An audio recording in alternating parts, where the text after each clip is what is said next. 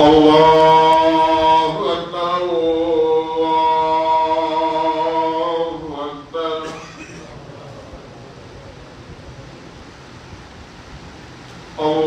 الله أكبر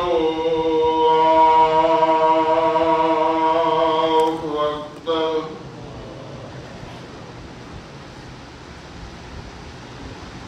أشهد أن لا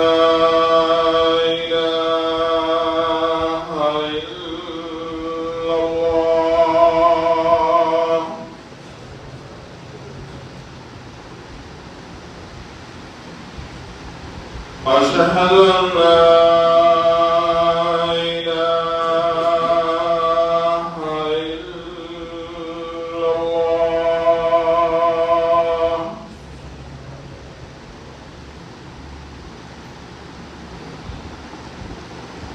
أشهد أن محمدا رسول الله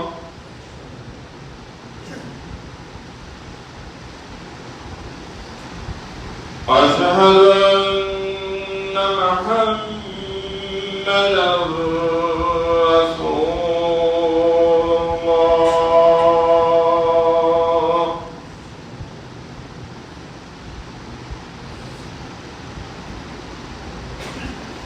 حي على الصلاة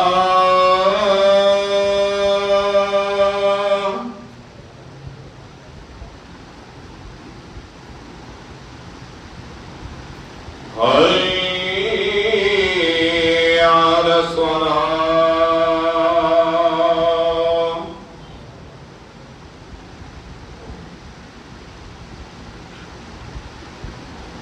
حي على الفلاح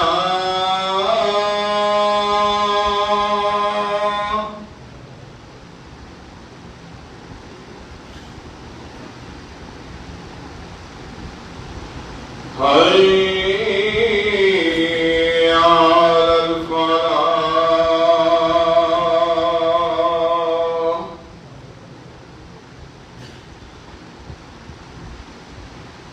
الله أكبر الله أكبر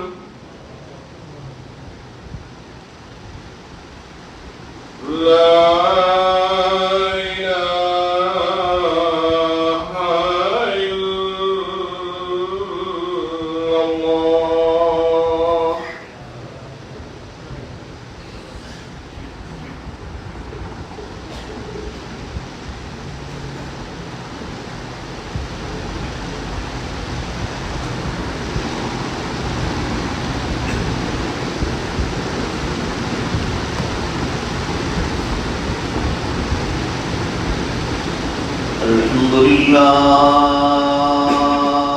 الله الحمد لله نحمده ونستعينه ونستغفره ونؤمن به ونتوكل عليه ونعوذ بالله من شرور أنفسنا ومن سيئات أعمالنا من يهده الله فلا مضل له ومن يضلل فلا هادي له وأشهد أن لا إله إلا الله وحده لا شريك له وأشهد أن محمدا عبده ورسوله أرسله بالحق بشيرا ونذيرا وداعيا إلى الله بإذنه وسراجا منيرا أما بعد فإن خير الحديث كتاب الله وخير الهدي هدي محمد صلى الله عليه وسلم وشر الأمور محدثاتها وكل محدثة بدعة وكل بدعة ضلالة وكل ضلالة في النار. من يطع الله ورسوله فقد رشد واهتدى ومن يعص الله ورسوله فقد ضل وغوى. اللهم صل على محمد وعلى آل محمد كما صليت على إبراهيم وعلى آل إبراهيم إنك حميد مجيد.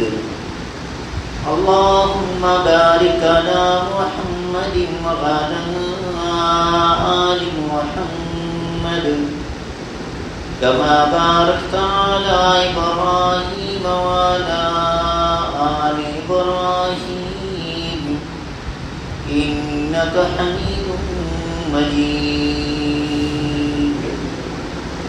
أعوذ بالله السميع العليم من الشيطان الرجيم. بسم الله الرحمن الرحيم. الله لا إله إلا هو الحي القيوم لا تأخذه سنة ولا نوم له ما في السماوات وما في الأرض. من ذا الذي يشفع عنده إلا بإذنه يعلم ما بين أيديهم وما خلفهم ولا يحيطون بشيء من علمه إلا بما شاء وسع كرسيه السماوات والأرض ولا يؤوده حفظهما وهو العلي العظيم. اللہ مالک الملک کی حمد و ثنا، اسی کے لیے تعریفات، تسبیحات، کبریائی و بزرگی، جو اپنی ذات اور اپنی ایک ایک صفت میں بالکل اکیلا، منفرد، بے مثل اور بے مثال ہے. اللہ کی طرف سے، اللہ کے فرشتوں کی طرف سے اور ہم سب مسلمانوں کی طرف سے صلاۃ و سلام خاتم الانبیاء حضرت محمد مصطفیٰ صلی اللہ علیہ وسلم کی ذات القدس پر، جو اللہ کے آخری نبی اور رسول بن کر مبعوث ہوئے، اپنے مالک کا پسندیدہ دین اسلام اور آخری سچا آسمانی صحیفہ قرآن پاک ہم تک نمون پہنچا کر اس دنیا سے رخصت ہو گئے.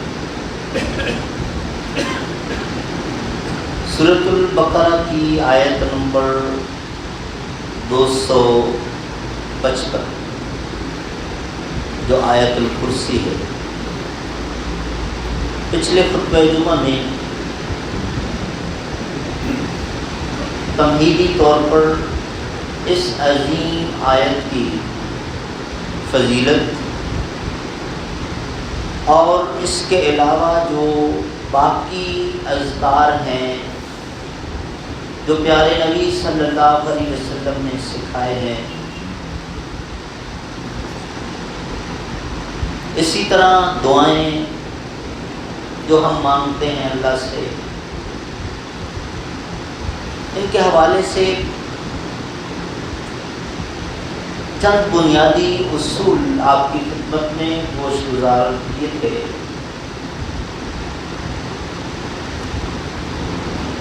یہ منبر رسول اور خطبات جمعہ روایتی انداز سے تقریروں کے لیے نہیں ہوتے. میری کوشش ہوتی ہے کہ پریکٹیکل باتیں کی جائیں جو ہم سب کے لیے فائدہ مند ثابت ہوں. تو 2-3 باتیں جو میں نے سمجھانے کی کوشش کی تھی نمبر 1 تو یہ ہے کہ جب بھی کوئی ذکر کر رہے ہوں، دعا مانگ رہے ہوں، تو اپنے دل اور دماغ کو حاضر رکھ کر اس کے معنی اور مفہوم پر غور کرتے ہوئے پوری دل جمعی کے ساتھ وہ دعا یا وہ ذکر کریں۔ تعداد پوری کرنے کے لیے یہ جو ہماری تیز رفتاری ہوتی ہے یہ ٹھیک نہیں۔ دوسری بات کہ پورے یقین کے ساتھ اللہ کی رحمت پر پوری امید رکھ کر وہ دعا مانگیں یا ذکر کریں۔ تیسری بات کہ کبھی مایوس نہ ہو سکتا ہے جو آپ نے دعا مانگی، جس مقصد کے لیے آپ نے وہ ذکر کیا، وہ وقتی طور پہ آپ کو پورا ہوتا ہوا دکھائی نہ دے، تو یہ یقین رکھیں کہ اللہ ضرور کمپنسیٹ کرے گا، اس کا یقیناً آپ کو بہت اچھا بدلہ اللہ کی طرف سے ملے گا، دنیا ہی میں ملے گا۔ یہاں نہ مل سکا تو آپ کے نامہ اعمال میں اس کا اندراج ضرور ہوگا، اور وہاں اس کا فائدہ آپ کو دنیا سے کہیں زیادہ پہنچے گا۔ لہذا مایوس ہو کر پھر وہ اپنی دعا اور اپنا ذکر چھوڑ نہ دیں، اس کو جاری رکھیں۔ بہرحال یہ چند باتیں میں نے پچھلے خطبے میں تفصیل کے ساتھ بیان کی تھی، وہ خطبہ اقبال بھائی کے پاس ریکارڈ ہوتا ہے، کوئی بات رہ جائے تو اسے سن لیں۔ آج ہم اس آیت الکرسی کی تفسیر اور معنی اور مفہوم پر گفتگو کا آغاز کریں گے۔ جو گفتگو رہ جائے گی، جو حصہ رہ جائے گا اس آیت کا، وہ انشاءاللہ اگلے مہینے کا جو دوسرا خطبہ ہوگا اس میں بیان کریں گے۔ آیت شروع یہاں سے ہوتی ہے، اللہ لا الہ الا اللہ۔ اللہ کون ہے؟ اور ایک بات میں آپ سے اکثر و بیشتر کہتا ہوں، کاش کہ ہمیں اللہ کا تعارف ہو جائے، کاش ہم اپنے رب کو پہچان لیں۔ ما قدر اللہ کا قدری، خود رب نے فرمایا لوگوں نے مجھے پہچانا نہیں، اور سچی بات یہ ہے کہ ہم نے نہیں پہچانا رب۔ اللہ کی ایک طرف طاقت، قدرت ہمارے اچھی طرح ذہن نشین رہے، دنیا کی کوئی طاقت اس سے بڑھ کے نہیں ہے، سب کے سب اس کے سامنے ایک کن کا لفظ کہنے کی دیر ہے، پاش پاش ہو جائیں گے، ذرہ ذرہ ہو جائے گا، تہس نہس ہو جائے گی۔ رب کے سامنے کوئی دنیا، کوئی طاقت نہیں۔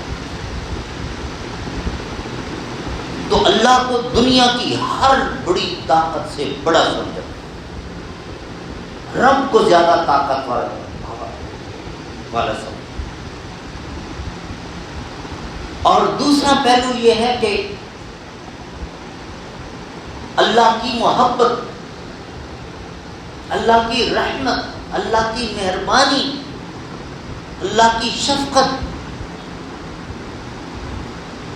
جو وہ کر سکتا ہے، ہماری ماں بھی بہت شفقت تصور نہیں کر سکتی، کرنا تو بہت دور کی بات ہے۔ ماں باپ بھی شفقت کرتا ہے، محبت کرتا ہے اپنی اولاد کے ساتھ، بڑی قربانیاں دیتا ہے، لیکن ماں کا جو انداز ہے وہ عجب، باپ سے زیادہ قربانیاں دیتی ہے۔ ہاں بدقسمتی کسی پر سوار ہو جائے تو وہ ایک الگ بات ہے۔ ماں، وہ ماں بھی ایسی محبت، ایسی شفقت، ایسی رحمت سوچ نہیں سکتی جو اللہ اپنے بندوں کے ساتھ ہے۔ تو یہ اللہ کا تعارف اگر ہمارے دل و دماغ میں موجود ہونا، سارے مسئلے حل ہو جاتے ہیں، سارے مسئلے حل ہو جاتے ہیں۔ امام حسن بصری رحمہ اللہ کا ایک قول بہت مشہور ہے اور وہ کئی خطبات میں آپ کو سنا چکا ہوں۔ انہوں نے فرمایا لا تجعلوا اللہ اهون الناظرین الیکم، لوگوں تمہیں کیا ہو گیا، تم نے اللہ کو لوگوں سے کمتر سمجھ لیا ہے؟ ان نظر اللہ اسبق الیک من نظرک للمعصیہ، آپ لوگوں کے ڈر سے گناہ چھوڑ دیتے ہو، جرم چھوڑ دیتے ہو، اللہ کے ڈر سے کیوں نہیں چھوڑتے؟ اور پھر کہا ان نظر اللہ اسبق الیک من المعصیہ۔ دیکھیں گناہ انسان جو کرتا ہے اس کا ایک پروسیس ہے نا، سٹارٹ کہاں سے ہوتا ہے کہ انسان دیکھتا ہے کوئی چیز اور وہاں سے اس کے خیال میں آتا ہے، تصور میں آتا ہے، پھر دل میں خواہش پیدا ہوتی ہے، اس کے بعد اس کے لیے پلاننگ کرتا ہے، پھر وہ جو اس نے پلان کیا، وہ جو اس نے منصوبہ بنایا اس پر عملی کارروائی کرتا ہے اور پھر جا کے وہ گناہ سرزد ہوتا ہے۔ یہی ہے نا پروسیس۔ تو سٹارٹ ہوا آنکھ سے دیکھنے سے، کوئی چیز دیکھی اور اس کے دل میں خواہش پیدا ہوئی۔ تو امام حسن بصری رحمہ اللہ فرماتے ہیں گناہ کرنا تو بہت بات کی بات ہے، تم دیکھتے ہو نا، پہلے تمہارے دیکھنے سے پہلے اللہ کی نظر پہلے تمہیں دیکھ رہی ہے۔ یہ سی سی ٹی وی کیمراز کا کنسپٹ ذرا اپنے ذہن میں رکھیں کہ اگر کہیں یہ نصب کیے گئے ہیں، آپ جو بھی ایکٹیویٹیز کر رہے ہیں وہ کیپچر کر رہا ہے، تو رب العالمین ہمارے تو یہ سی سی ٹی وی کیمراز بند بھی ہو جاتے ہیں، رزلٹ بھی اچھا نہیں آتا، بہت کچھ ہو جاتا ہے، اس میں ایڈیٹنگ بھی ہو جاتی ہے، سب کچھ ہو جاتا ہے،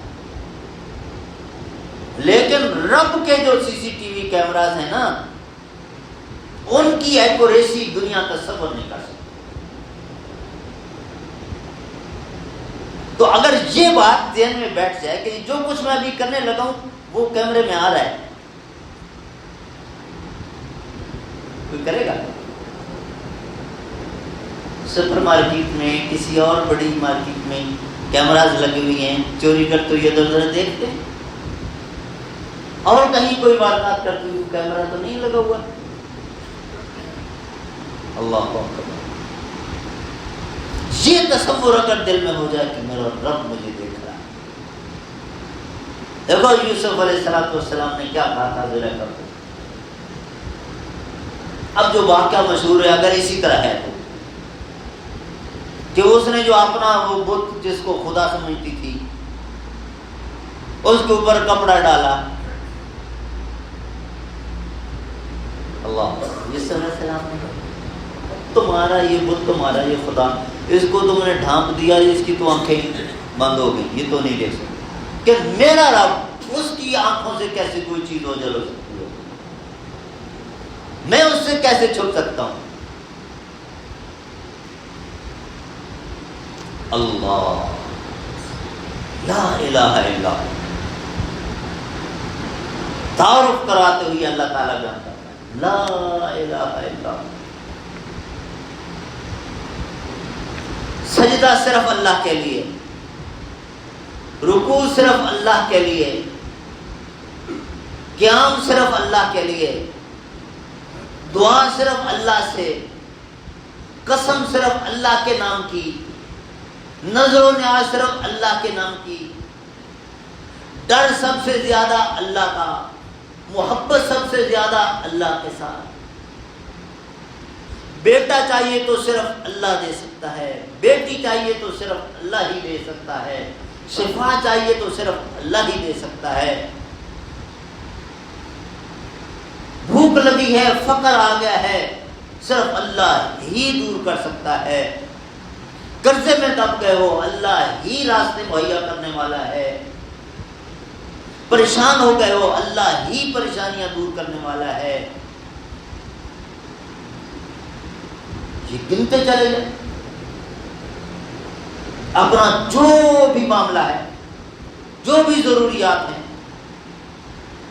سب کے پیچھے ایک کنٹرول پینل اور رب کا ہے۔ بظاہر آپ کو لگے گا کہ ایک بندہ آیا اور اس نے آپ کی مٹھی میں 50,000 روپے رکھ دیا، پریشان لگتے ہو، یہ لے آ جاتے ہیں اپنی بچوں کی ضروریات پوری کریں۔ بظاہر آپ کو لگے گا کہ ایک بندہ آیا اور کہہ نہیں رہا کہ اللہ نے کوئی فرشتہ ہی بھیج دیا میرے لیے، تو ہاں فرشتہ ہی بھیجا اللہ نے، یہی سمجھ لو، رب نے اس کے دل میں ڈالا، رب نے ڈالا اس کے دل میں، جاؤ میرا وہ فلاں بندہ، اصل کنٹرول اس کے پاس۔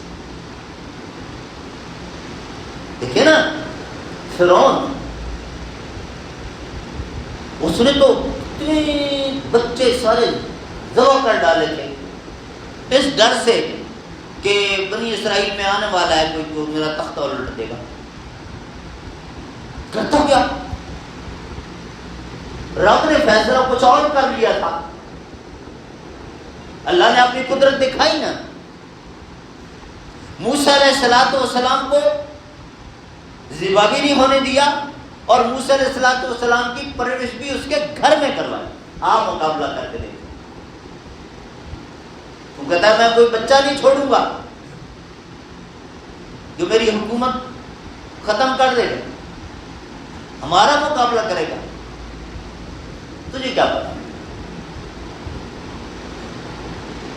لوگ عام طور پہ کہہ رہے ہوتے ہیں کہ جی وہ فلاں بندہ یا فلاں پارٹی یا فلاں، آپ تصور نہیں کر سکتے کہ وہ کہاں سے کھیل جائے گا آپ کے ساتھ۔ ارے لوگوں کے متعلق آپ اتنے مروب ہو گئے ان سے، یہ کیا ہے؟ یہ پانی کا ایک بلبلہ ہے، جس رب نے اس کو بنایا ہے اس کی طاقت کا اندازہ کیوں نہیں ہے؟ لا الہ الا اللہ۔ اور وہ جو حدیث بیان کی جاتی ہے، سیاہ رات، تاریک رات، کتاب کو اندھیرا، سیاہ کلر کا پتھر، اس کے اوپر چلنے والی سیاہ کلر کی چیونٹی، وہ بھی رب کی آنکھ سے اوجھل نہیں۔ سمندر کی تہ میں چلے جائیں گے، وہاں بھی ایک ایک ذرہ جو موجود ہے وہ رب کے علم میں ہے۔ اللہ کی نظروں سے کوئی چیز اوجھل نہیں، بیٹھا عرش پر ہے، لیکن علم، نظر، قدرت، طاقت وہ کائنات کے ذرے ذرے میں۔ لا الہ الا اللہ، اس سے زیادہ کوئی طاقتور نہیں۔ ہوتا کیا ہے؟ انسان بعض اوقات صرف دنیاوی اسباب پر توجہ دے کر وہیں تک محدود ہو کے بات اپنی ایفرٹ کر رہا ہوتا ہے۔